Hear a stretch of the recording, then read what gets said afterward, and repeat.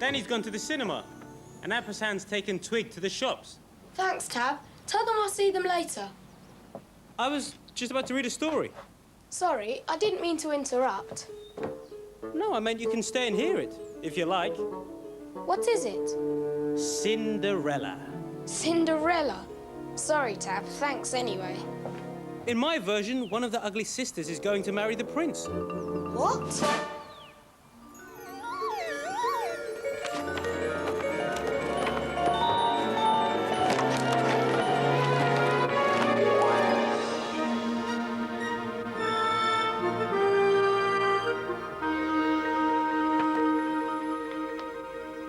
Meet Griselda and Lucretia Grimm, the ugly sisters. Ugly? Gooey! Over here! Look at those two. Hello! You don't, do you? You do. Darling, we have been looking for you everywhere. Oh, It's all right, Griselda. This is my friend Twig. Twig, I'd like you to meet Lucretia and Griselda Grimm. Charmed, my dear. My sister and I are charmed. You're the ugly sisters. that's rich, coming from someone without a scrap of makeup on. You'll never get a husband if you don't make an effort. She'll never get a husband. I'm only 7. Now, ladies, what can I do for you? Read it and weep. To the Grimm sisters from Prince Charming.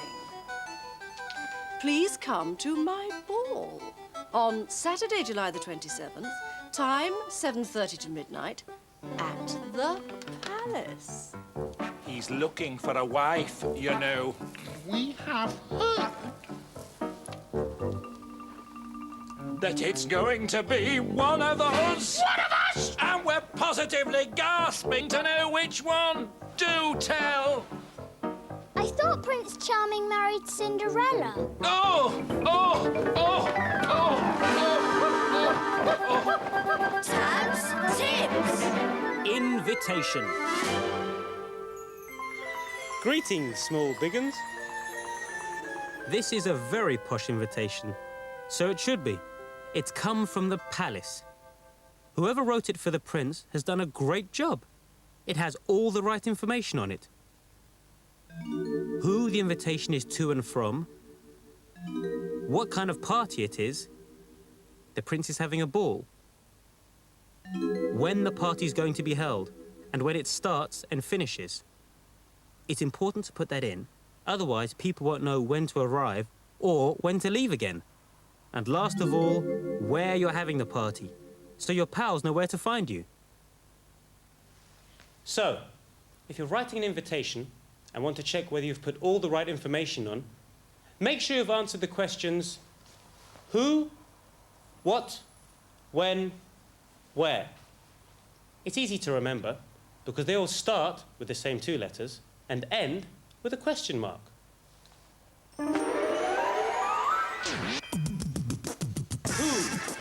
What? When? Where? Who? What? When? Where? Who? What? When? Where? Who? What?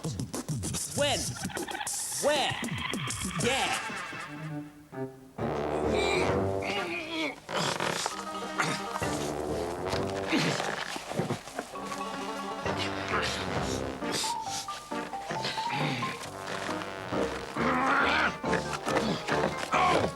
This one doesn't fit either. Next. There isn't one. Madam has tried on every single shoe in the department. Impossible. There must be something here that will fit me. Fetch! Griselda, you might have to get something specially made. Darling, where are we going to get shoes made at such short notice? Why don't you ask your fairy godmother? Have you found something? I knew you would.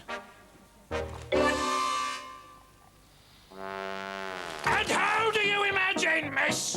A prince is going to sip champagne out of this? We're going to a ball, not a nature ramble. It's not a nature ramble.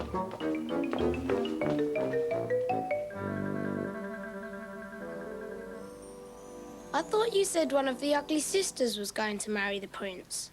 And she will. So why do you waste all this time telling me how Cinderella lived in a big house with two older sisters? Because who were I'm always- telling the story. And the story has to have a beginning, a middle, and an end.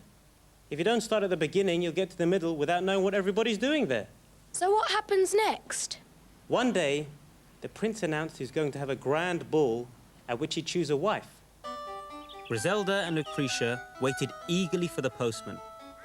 They knew they'd get an invitation because the prince was inviting all the single women in the land. Sure enough, when the postman arrived the next day, he had their invitation. The ugly sisters called for Cinderella to come and open it for them. "It's from the prince," said Cinderella. "He's invited us to a ball." "Us?" said Lucretia. "Yes," replied Cinderella. "I'm one of the Grimm sisters, so I'm invited too." Griselda and Lucretia howled with laughter. It sounded like someone was shaking a bag full of rusty nails. "You go to the ball dressed in rags?" shrieked Griselda. "You go to the ball dressed in rags?" Then hey presto.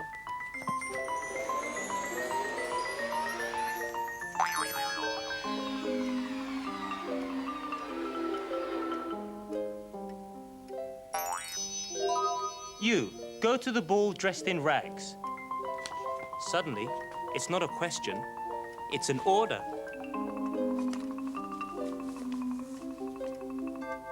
Cinderella couldn't believe it. "So, I am allowed to go to the ball, but only if I dress in rags?" she asked them. Her sisters nodded, too weak from laughing to be able to speak. Cinderella was thrilled. She hated dressing up. Now, she'd be able to go to the party without covering her face with itchy makeup or squeezing herself into some hideously uncomfortable dress. Pretty woman, walking down the street. Pretty woman, the kind I like to meet. Pretty woman, I don't believe you. You're not the truth. No one could look as good as you.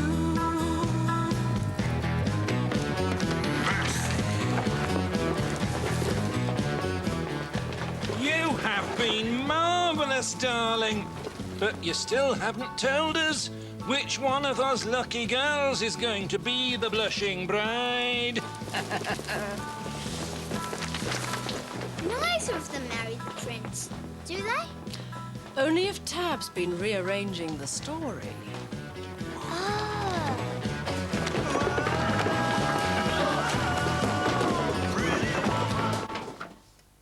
On the night of the ball, Cinderella helped her sisters get ready. And boy, did they take a lot of helping. Touchy.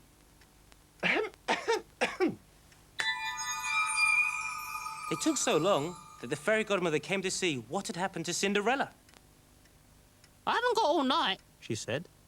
"Do you want a posh frock for the ball or not?" "No, thanks," said Cinderella cheerfully. The fairy godmother was very grumpy. "I suppose you don't want me to turn these mice into horses, or this pumpkin into a coach either." Cinderella shook her head. "So I've completely wasted my time, have I?" she asked. Griselda lifted her dress. "At last," sighed the fairy godmother. She waved her wand, and a pair of huge glass slippers appeared on Griselda's feet. Cinderella, Lucretia, and Griselda raced off to the palace. "No one ever says thank you anymore," the fairy godmother grumbled, only just remembering to tell them that they had to leave the ball at midnight. Griselda had one dance with Prince Charming. She told him about her glass slippers so he'd know where to find her in the morning, but he didn't take much notice. All too soon, it was midnight.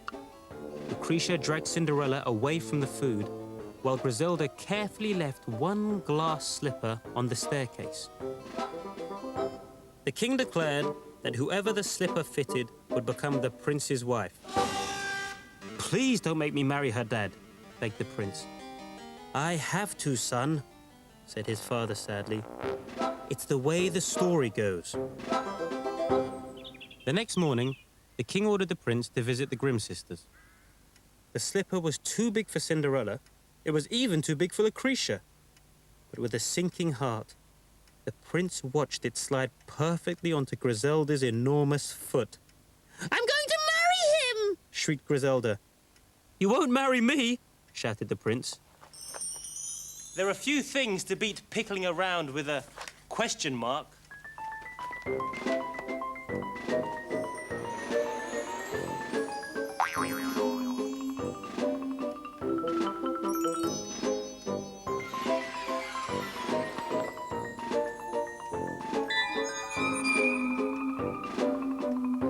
"Won't you marry me?" shouted the prince. So, Griselda and the prince were married. I can't say they lived happily ever after, but he did get used to it. In the end. So what happened to Cinderella? Griselda gave her a job in the palace kitchens. That's a bit mean. She was the official taster. She got to eat a bit of everything that was ever made. It was her idea of heaven. And Lucretia? She was Griselda's official shopping advisor. So, it all worked out well in the end. Except for the prince. Ah, well, stories don't always have to have happy endings. Tabs, tips. I love parties. I wish somebody would invite me to one. That's funny. All these words start with the same two letters and end with a question mark. But I've just spotted one of them's the odd one out. Who can guess which one? That's a bit of a clue, actually. Who, what, when, where? Who, what, when, where? Ah, I knew you'd get there before me. It's who. Because who starts with the sound huh, not w. Can you come up with any more w words? I'd help you myself. Only I'm off to the palace kitchens to see if Cinderella wants any help with some tasting. Here's some we've had already to get you in the mood. What, when, where?